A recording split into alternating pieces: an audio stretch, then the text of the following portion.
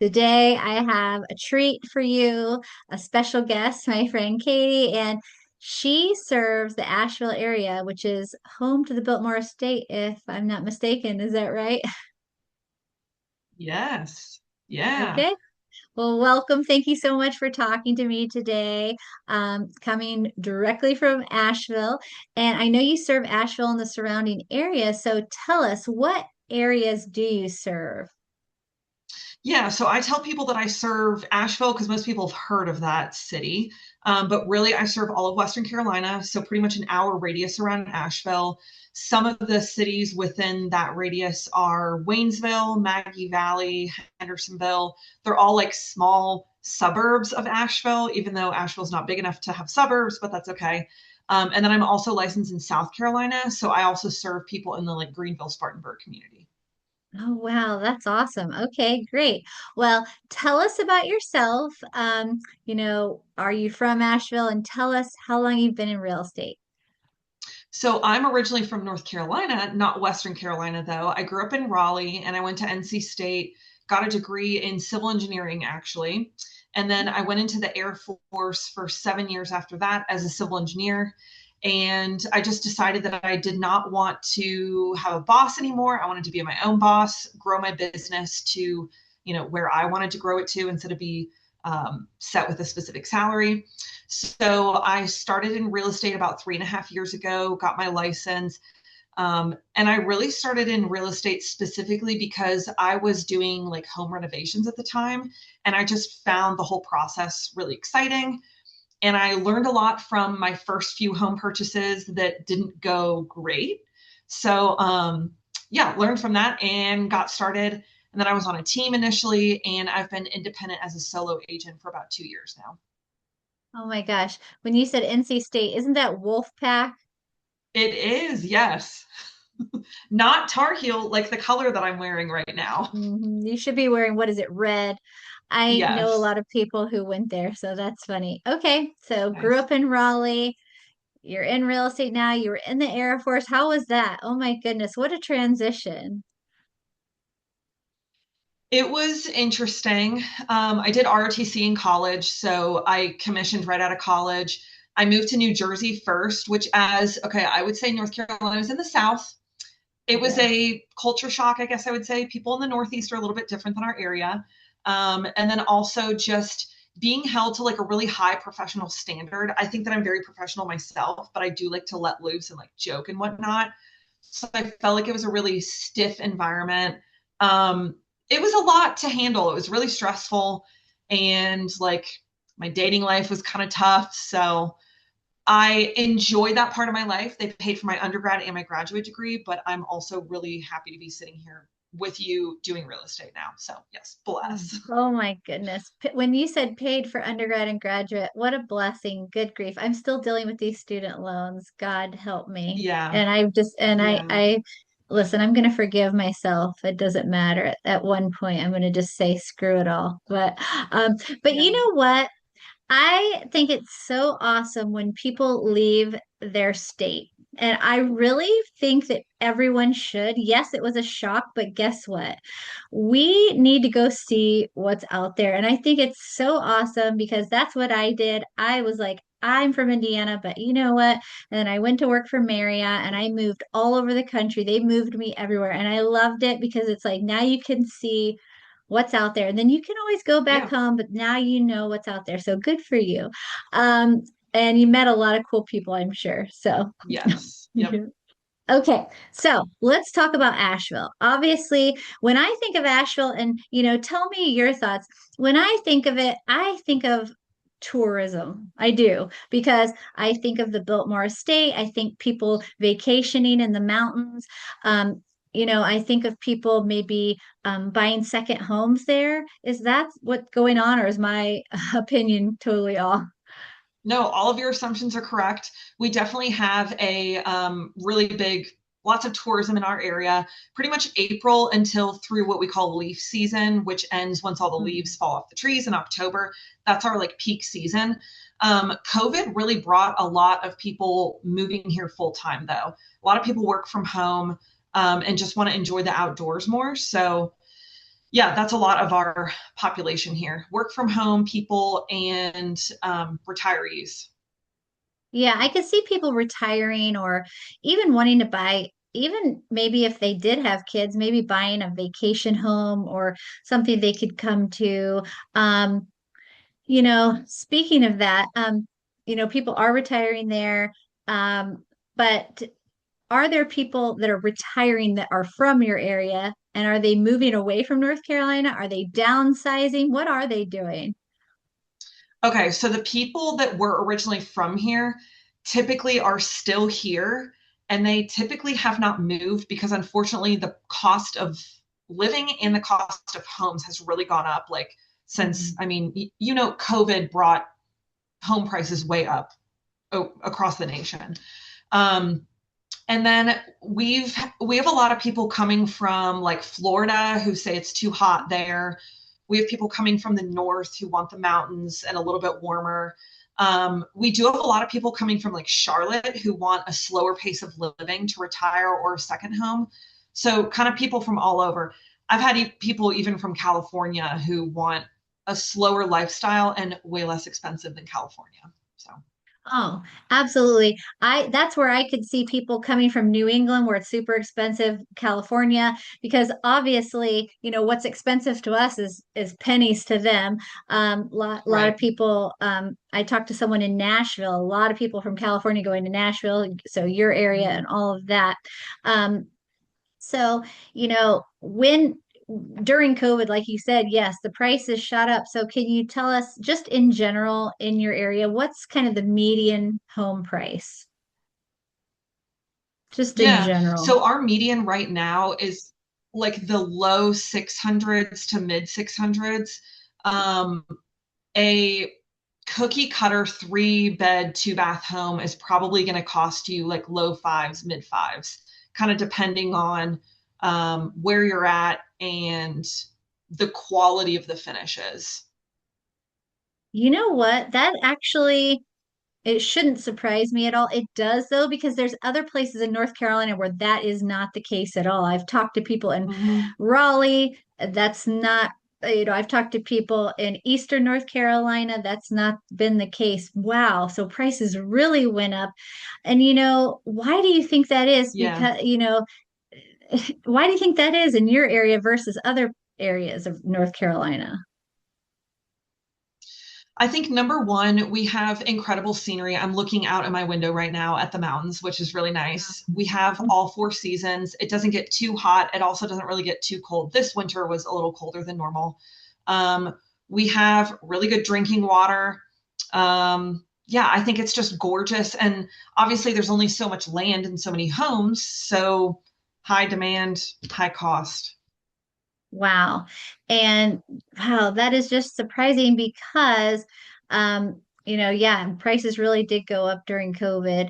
Here in Indianapolis, our median home price is 247. So um I guess my question for you is, say you have a first-time home buyer in your area. To me, if you're talking to me, that's a lot of money. Mhm. Yeah, that's a lot of money for a first-time home buyer.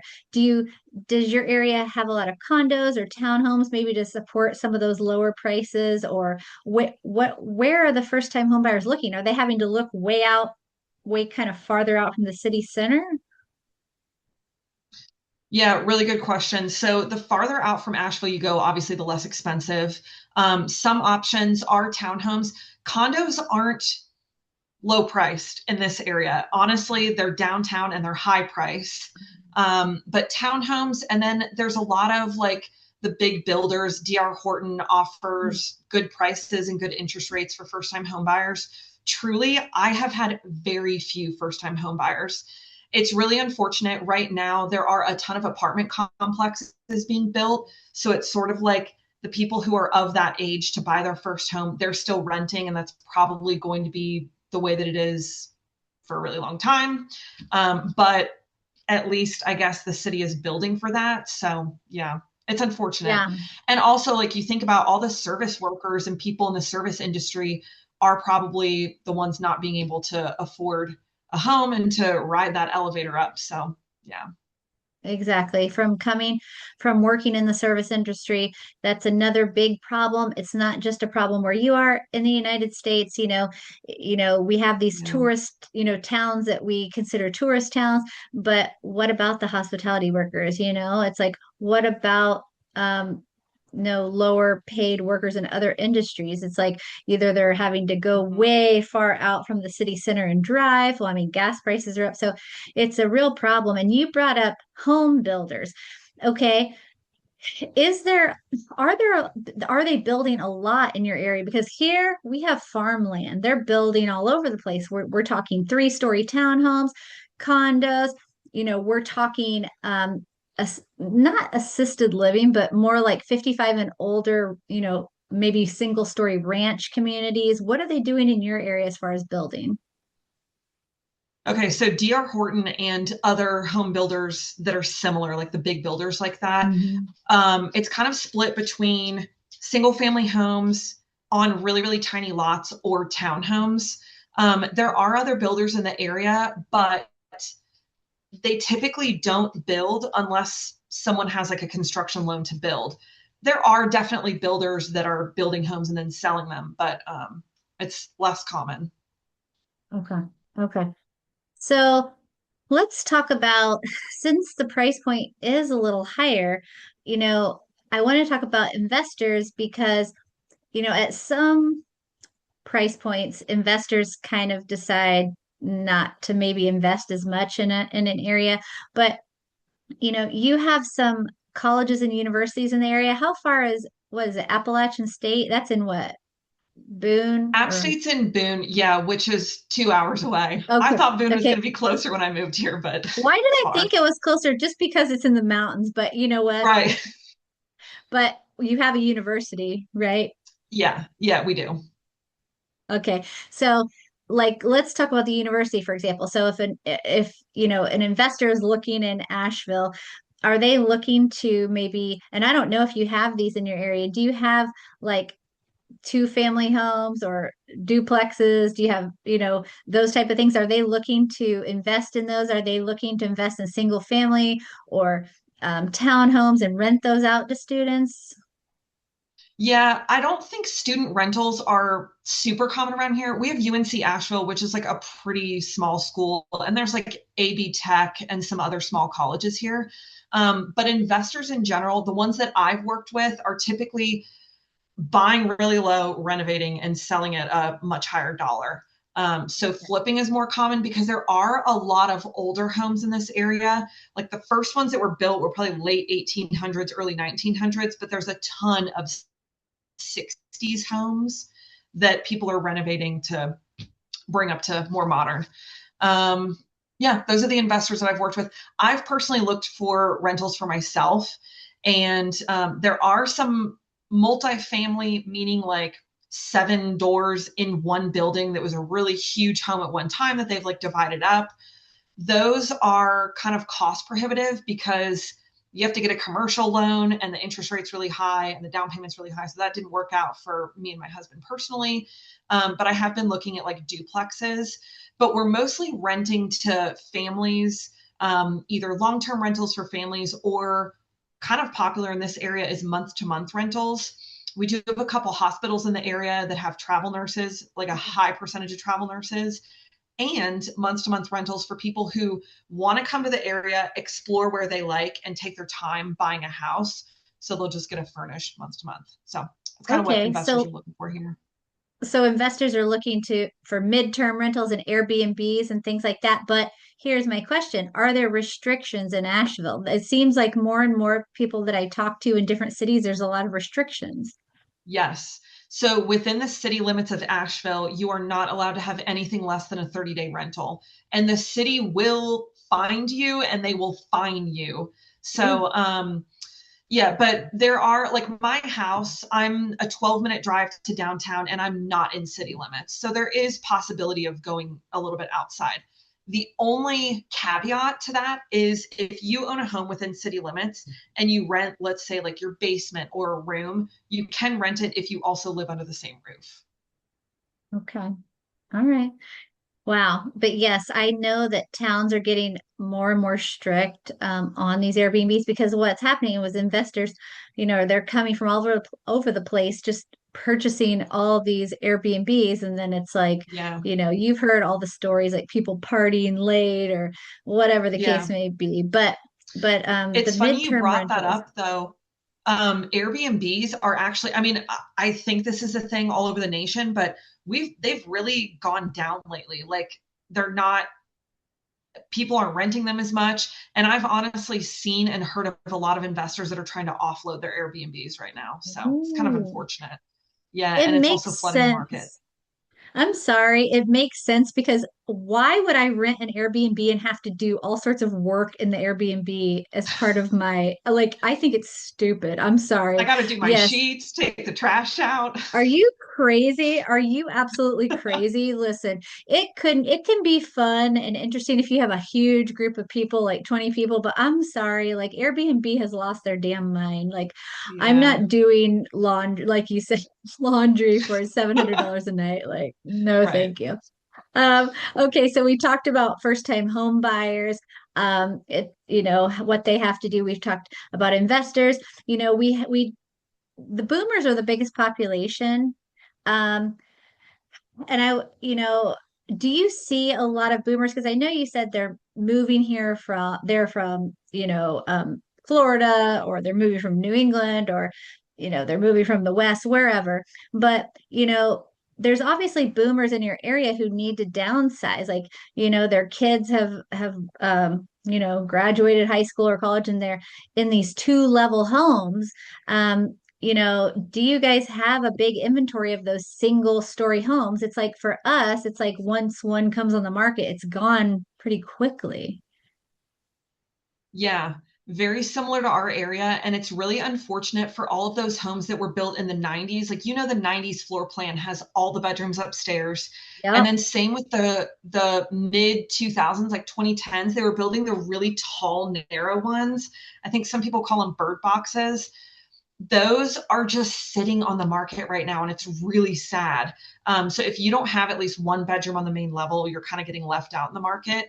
And honestly, in the mountains, we have a lot of topography. So like if you're built on a hill, hopefully you've got enough space for that main level, and then you probably built, a basement underneath it. Yeah, hopefully you have a bedroom on the main level. So yes, 100% that's what they're looking for, and those get snatched up really quickly.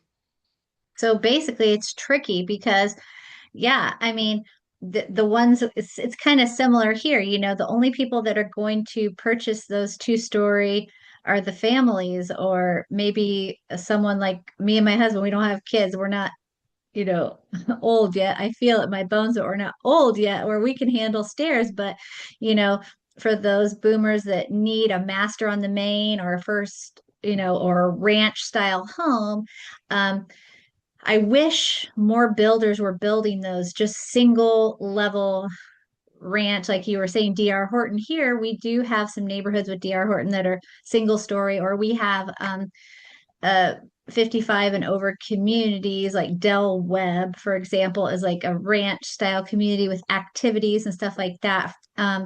So, I think it's a real problem everywhere in the US, really, that because so many people are needing to downsize, so many people have so much stuff. Decluttering needs to happen, and we need to downsize. So that's a problem in your area as well, which, okay. Um, I guess my Yeah. final question to you is, if someone wanted to move to Asheville, okay, they've been doing their research, they're just like, but what do I do? Like, what would you tell somebody? What's some important advice you'd give someone who was thinking about maybe moving to Asheville? Great question. Okay, my first advice would be to come to the area. I think a lot of people try to shop for a home virtually, and it's so tough. Mm. You really have to live, well, not even live here, but like you have to physically be here to explore the surrounding area. There's so many different areas and vibes of Asheville and the surrounding area. So you really just have to be here to see it. And I usually tell people go ahead and sell your other home, get here, get like one of those midterm rentals, stay in it while you're shopping for a home, and then buy. I think that's my biggest advice. Yes. Something else I thought of is in this area, because we have such a high retiree population, the trades are so hard to come by. So, like, if you need work done at your property, like a general contractor, you're probably going to be a couple months behind on a waiting list. So, I think either going ahead and buying that home that's already ready to go, or being willing to live in the home, maybe do some projects yourself, or do them over time with tradespeople in the area. Just be ready for that. It is tough in this area. Now you have me thinking. So if you're a plumber, if you're a handyman, if you're a general contractor, if you're an electrician, and you Come need to to find work, Asheville. because let me tell you, I feel like where we went wrong in our career life was not becoming tradespeople. Like, I'm like, Yes. why wasn't I a plumber? Yes. I ask myself this literally all the time. Well, number one, because I will not go in a crawl space. So there you go. Um, but okay. Yes. So calling all trades people, we need you in Asheville. We need you everywhere actually, because it's Yes. really hard here too. It's like, I mean, not as hard as there, but like I think the US has a shortage because a lot of the tradespeople that we commonly use and think of are getting to that age of retirement. And Yes. during Girl, we could my go on a whole generation, soapbox. because during my generation, like I graduated high school in 99, every single person told us if we didn't go to college, we would be pure trash, basically. If you don't go to college, Yeah. you're like, and that really, that whoever instilled that mindset into us, they should have been ashamed of themselves. They should have pushed more toward trades. Yeah. And you know what? Have I ever used my engineering degree, even when I was an engineer in the military? No. Never. So, no. Don't even listen. Don't even get me started. Listen, the whole thing is just a scam. Listen, don't Yes. come at me. Whoever's watching this video, don't come at me. Yeah, I'm glad I went to college, but we need more Yeah. tradespeople. Look, this is a Yes. a a video for you guys. Anyway, if someone is watching this video and they're looking to come to Asheville, obviously Katie is an expert in the area. She gave you some great advice. You know about the area now, and you can confidently do your research. Contact her. We're going to put her information below. But thank you so much for talking with me. I really Yeah. appreciate it. Thank you for having me. I appreciate it too. Okay, have a great day. You too.